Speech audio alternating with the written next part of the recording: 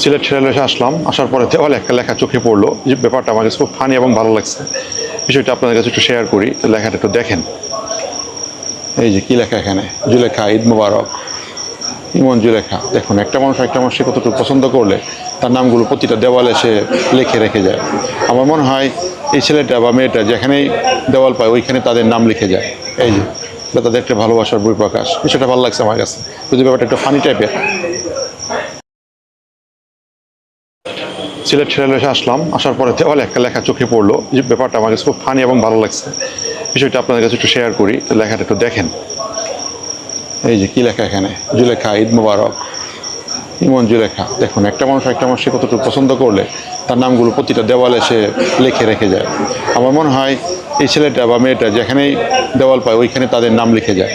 এই যে এটা তাদের একটা ভালোবাসার বহিঃপ্রকাশ। বিষয়টা ভালো লাগছে আমার কাছে, যদি ব্যাপারটা একটু ফানি টাইপের।